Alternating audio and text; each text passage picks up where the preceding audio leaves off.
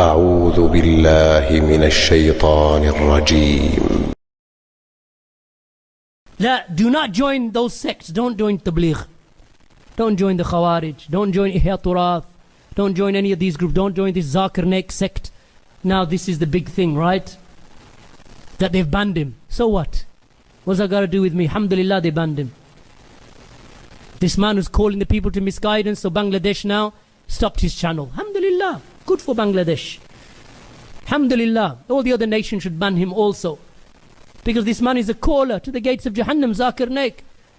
And the people say, Ya Akhi, India have banned him. You are joining the kuffar in your enmity. No, I said, before India even knew about him.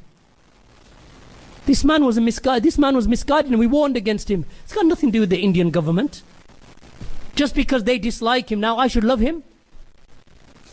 When I hated him for the sake of Allah, because of what he said about Allah, he said that you can call, when you say, oh Brahma, you are calling upon Allah. When you say, oh Vishnu, you are calling upon Allah. Because Vishnu and Brahma are both creators. So when you call upon these names with Allah, they are acceptable.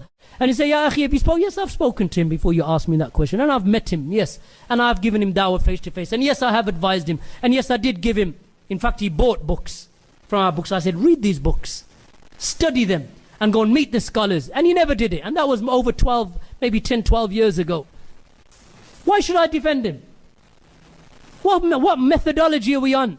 If a person is opposing the Kitab and the Sunnah, he's opposing the Kitab and the Sunnah, and I will say he's opposing the Kitab and the Sunnah. Whether his TV channel is banned or not, that TV channel, alhamdulillah, is banned. He was filled with mubtadi'ah.